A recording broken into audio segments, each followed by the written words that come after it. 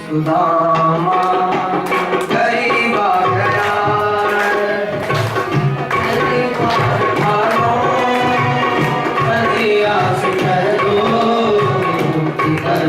सुदामा गरीब आ गया। जिनको जल पीना है जाए और तुरंत लौट करके आए। आगे का प्रसंग अभी बाकी है और आज एक एक शब्द बड़ा ध्यान देने का है। जल्दी से जाइए, जल्दी से आइए। अरे द्वार पालो कन्हैया से कह दो, अरे द्वार पालो कन्हैया से कह दो, इधर पे सुदामा गरीब आ गया है। अरे द्वार पालो कन्हैया से कह दो, इधर पे सुदामा गरीब आ गया। भटकते भटकते न जाने कहाँ से, भटकते भटकते न जाने कहाँ से, हमारे महल में गरीब आ गया है। भटकते भटकते न जाने कहाँ से, हमारे महल के करीब आ गया है।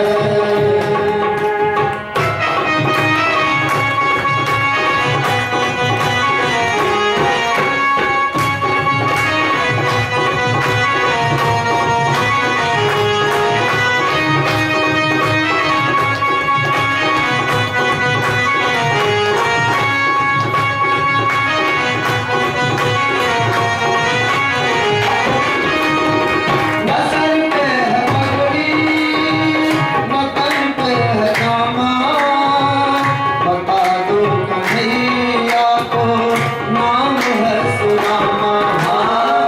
बता दो कन्हैया को नाम है सुदामा। नसन पे है पगड़ी, नतन पे है जामा, बता दो कन्हैया को नाम है सुदामा। बता दो कन्हैया को नाम है सुदामा। नजर पे है पगड़ी, नदन पे है जामा, बता दो कन्हैया को नाम है सुदामा। नजर पे है पगड़ी, नदन पे है जामा, बता दो कन्हैया को नाम है सुदामा। बता दो कन्हैया को नाम है सुदामा। एक बार मोहन से जा करके कह दो, एक बार मोहन से जा करके कह दो, कि मिलने सखावत नसीब आ गया है। एक बार मोहन से जा करके कह दो, कि मिलने सखावत नसीब आ गया है। अरे द्वार पालो कन्हैया से कह दो, अरे द्वार पालो कन्हैया से कह दो, इधर पे सुदामा गरीब आ गया। तुम्हारे महल के करीब आ गया है। सुनते ही दौड़े चले आए मोहन, लगाया गले से सुदामा को मोहन। लगाया गले से सुदामा को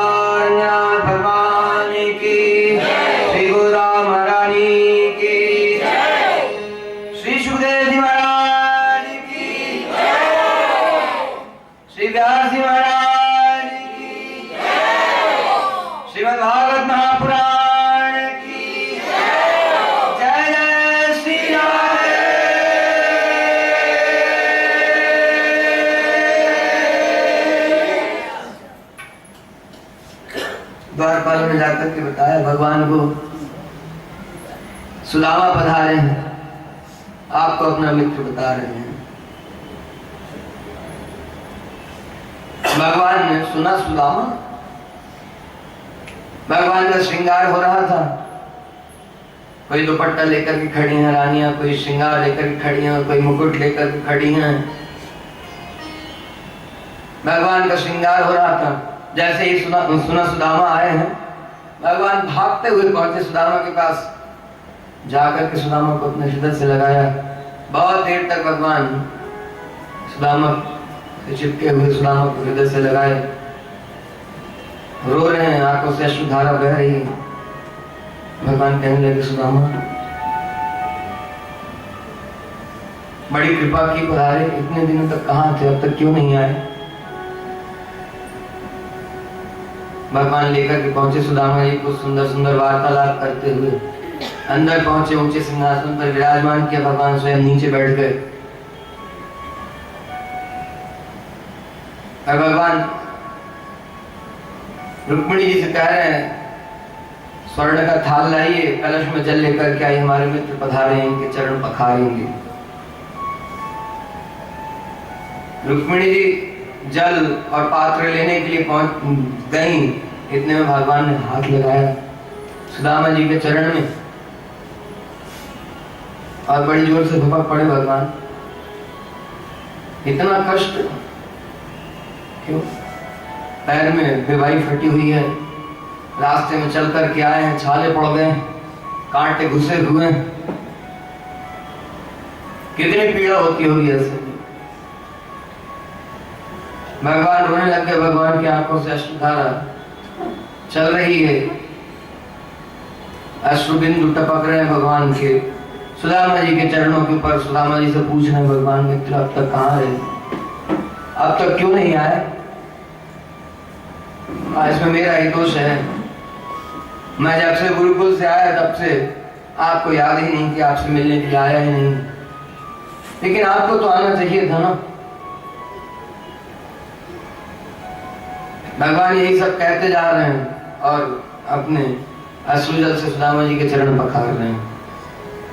रुक्मिणी जी कलश लेकर के खड़ी हुई है, स्वर्ण के कलश में जल लेकर के खड़ी हुई है, कुछ बोल नहीं पा रही हैं। क्यों?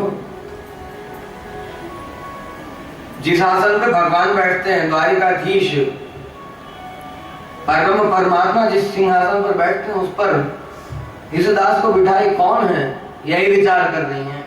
कौन है जिसके ऊपर ऐसी कृपा हो रही है?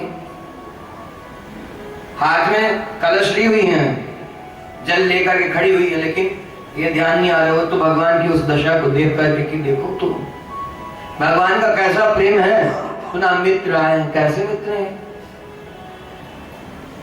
ऐसा मित्र भला कहीं देखा है?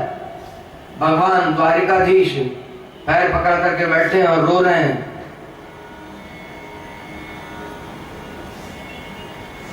भगवान बड़े प्रेम से पैर दबा रहे थे सुदामा जी के, अपने अश्रुजल से सुदामा जी के चरण थोड़ा ले।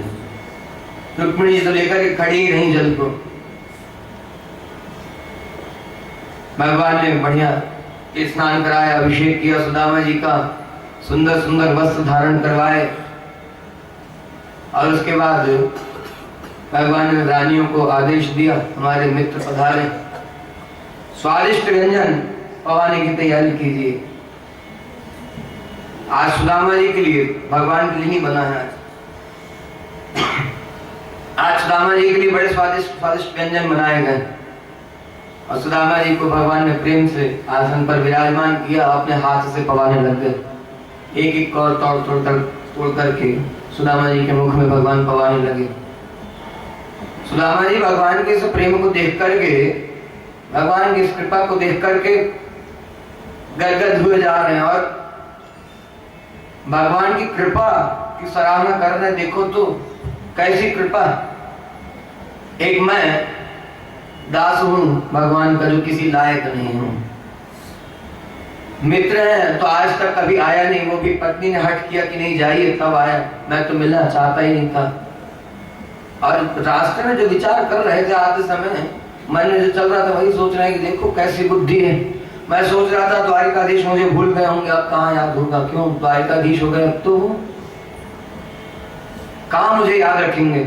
लेकिन इनका प्रेम, अब तो यह प्रेम तो पहले के प्रेम से कहीं बढ़ करके, ऐसा प्रेम तो किसी मित्र का कभी कहीं सुनने को, पढ़ने को, जानने को मिला ही नहीं। किसी मित्र को ऐसा प्रेम मिला होगा किसी अपने मित्र से, ऐसा कहीं वर्णन तो मिलता ही नहीं।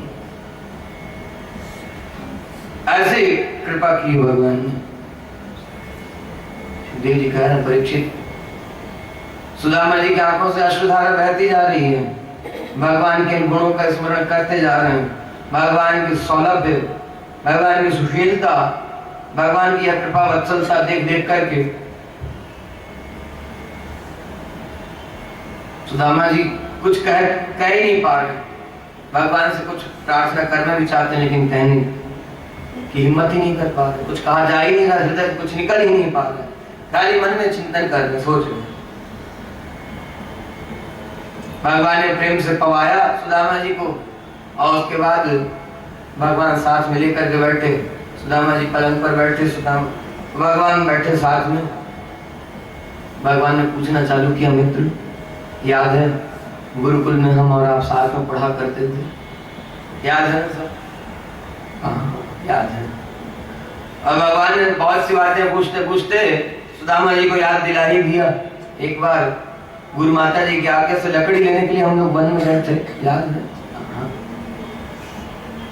हाँ माता जी ने चना दिया था, भूख लगे तो पा लेना, और आप वर्षा होने लगी तो पेड़ का सहारा लिया था, वर्षा में भीगने के कारण ठंडी लग रही थी, आप पा रहे थे और हमने पूछा कि क्या कर रहे हैं, तो बोले ठंडी से दांत किटकिटा रहे हैं।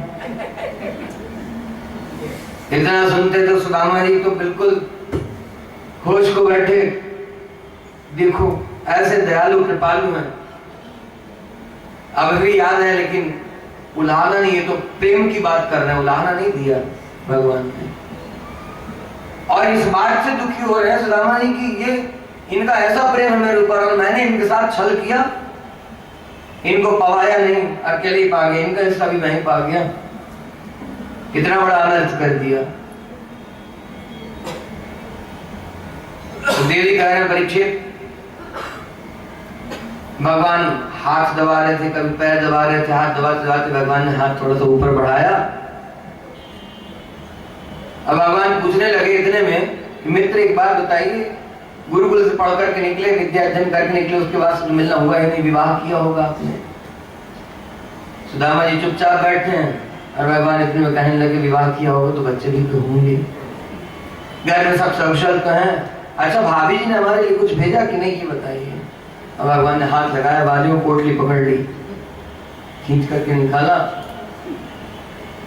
भगवान ने पोटली लेकर के बैठे, ये क्या है? खोला, भगवान को ब्रज की याद आ गई। मथुरा में 56 भोग थे पाने के लिए, रोज रोज अलग अलग प्रकार के व्यंजन थे, लेकिन माखन मिश्री नहीं था जो यशोदा मैया का प्रेम वाला माखन मिश्री था, वो नहीं था, वो स्वाद मथुरा में नहीं मिला। सुदामा जी के इन तंडुलों को, चावलों को देख करके आनंदित हो गए, क्यों ऐसे प्रेम से लेकर के आए हैं। ये दास का भाव है सुदामा जी को तो पूरा, सेवा चाहे जितनी अच्छी से अच्छी करे, अपनी शक्ति व खूब अच्छी से अच्छी सेवा भगवान की करनी चाहिए, लेकिन मन में हमेशा यही रहना चाहिए कि जैसी सेवा करनी चाहिए, बननी चाहिए भगवान की, जैसे हमसे बनती नहीं वैसे हम नहीं करते, और अधिक से अधिक कितनी अच्छी कर सकें भाव मन में रहना चाहिए। सुदामा जी का यही तो भाव है, भगवान को कैसे पवाए, लेकिन साथ साथ ये भाव भी मन में उमड़ रहा है कि द्वारिकाधीश कहाँ 56 भोग पाने वाले, रोज रोज अलग अलग प्रकार के व्यंजन, इतनी रानियां हैं सब मिल करके बनाती हैं, पवाती हैं इतने प्रेम से, और ये इनके लायक थोड़ी, इसलिए नहीं दे रहे हैं। अब ये निर्णय कौन करे कि कौन सी चीज भगवान के लायक है कि नहीं। भगवान के लायक तो सबसे अच्छी चीज वो है जो प्रेम पूर्वक भगवान को अर्पण की गई। अब वो सूखा चावल हो, चाहे मेवा हो, चाहे 56 भोग हो, कुछ भी, कोई भी स्वादिष्ट स्वादिष्ट व्यंजन हो, कुछ भी हो, सुदामा जी तो इसी संकोच में है कि भगवान को कैसे पवाए हैं। जैसे मधुमंगल था ना, माखन मिश्री पाने वाले, और हमारी मैया ने इतनी खट्टी कढ़ी बना के दी, कन्हैया को अच्छी थोड़ी लगेगी, कन्हैया थोड़ी पाएंगे, कैसे पाएंगे। लेकिन भगवान ने क्या किया, भगवान को नहीं दिया, खुद ही पीने लग गए। भगवान जल्दी से दौड़ करके गए, छीना झपटी में कढ़ी फैल गई छाती के ऊपर, मुख के ऊपर, तो भगवान मुख चाटने लग गए। ऐसे तो प्रेमी है, इनका जैसा प्रेमी कौन होगा, होगा कोई? भगवान के जैसा प्रेमी कौन हो सकता है? और ये तो प्रेम के, दया के, करुणा के सागर हैं।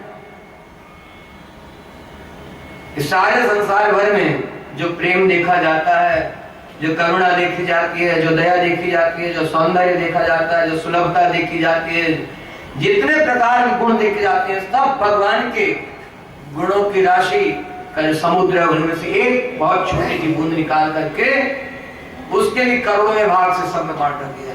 जहां कहीं ये सब दिखता है, संसार की सारी सुंदरता, संसार की सारी करुणा, संसार का सारा वैभव, यह सब कुछ भगवान के गुणों की सागर की बूंद में से, करोड़ों के भाग से बनाया गया। भगवान ऐसे दयालु कृपालु हैं।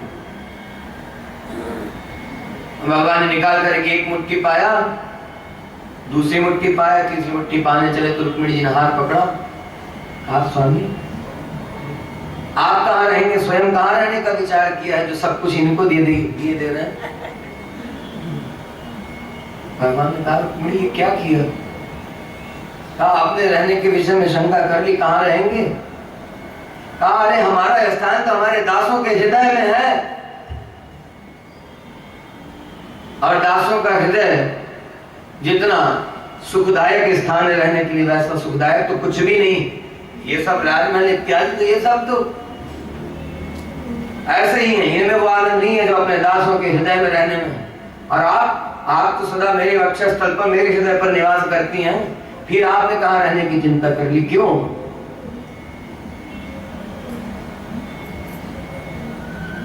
रुक्मिणी जी भगवान के इस सुलभता को, भगवान के इस गुण को विचार कर करके आनंद अश्रु आ रही हैं। ऐसा स्वामी, ऐसा सखा मित्र और इनके जैसा सेवक, मन में कह रही हैं ये तो सर्वथा ही द्वारिकाधीश के योग्य ही है, ये और कोई कर नहीं सकता, ये चाहे जो कर सकते हैं, जिसके ऊपर जैसी कृपा कर दे। भगवान ने खूब प्रेमपूर्ण वार्तालाप की, और उसके बाद आप मित्र, आप बहुत दूर से चल करके यात्रा करके आए हैं, थक गए होंगे, विश्राम कीजिए। विश्राम तो क्या करें, अब नींद ही नहीं आ रही है। भगवान का दर्शन जो एक बार कर ले भगवान अपने तिरछी चितवन से, जिसको एक बार निहार ले, फिर क्या सोए, उसको क्या चैन आए। और फिर उसमें भगवान की ऐसी मधुर मधुर वार्तालाप, ऐसा भगवान का कारुण्य, भगवान की ऐसी दया करुणा, ऐसी कृपा, उसी को याद कर करके सारी रात बीत गई। ऐसे सुबह सुदामा जी शैया से उठे, जल्दी स्नान इत्यादि करके तैयार हुए, भगवान श्री कृष्ण पधारे, कहा मित्र चलते, आज्ञा दीजिए। भगवान ने भी कहा ठीक है पधारिए, फिर आइएगा।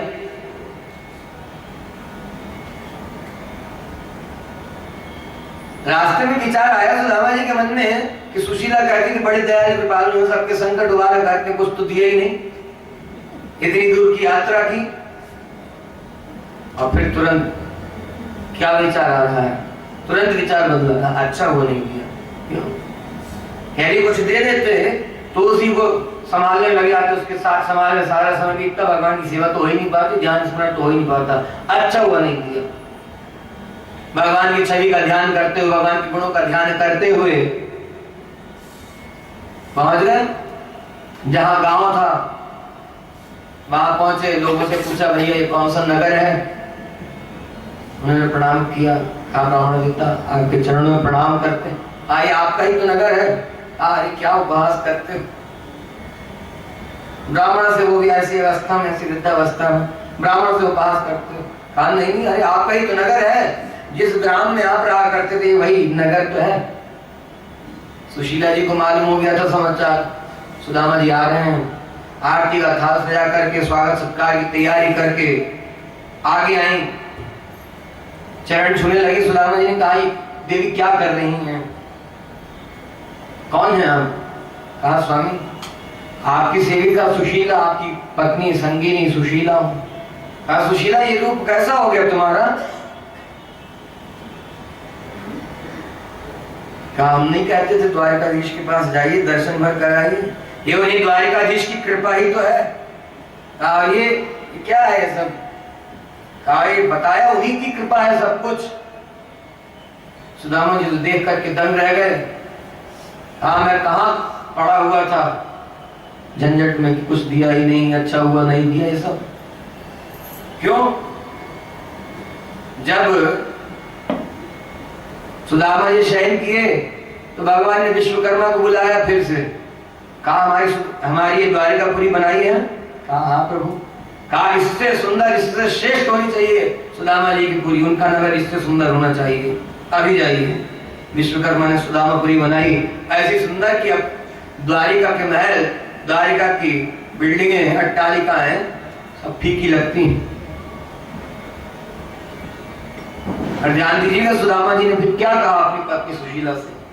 कहा सुशीला ये भगवान की कृपा है, भगवान ने कृपा करके, यदि भगवान का कृपा प्रसाद है तो कृपा प्रसाद मान करके ही रहना, और यह सब भगवान का दिया हुआ, भगवान के और भगवान के दासों की सेवा में लगाना, इसी में आनंद है। सुदामा जी ने कभी भी उस वैभव को अपना नहीं माना, जीवन इसी तरह से बिताया, भगवान के दासों की सेवा में, संतों की सेवा में लगाते रहे, कभी खत्म नहीं होता था। जब तक रहे तब तक यही चलता रहा, भगवान के भगवान के दासों की खूब सेवा किया करते थे, जिसको जरूरत हो उसको दिया करते थे, उसकी सहायता किया करते थे। सुखदेव जी कह रहे हैं परीक्षित इस तरह से सुदामा जी का चरित्र है। ये सुदामा जी का समर्पण जैसा था भगवान के प्रति, वैसा ही भगवान का भी समर्पण इनके प्रति था। भगवान ऐसे दयालु, कृपालु, शरणागत वत्सल।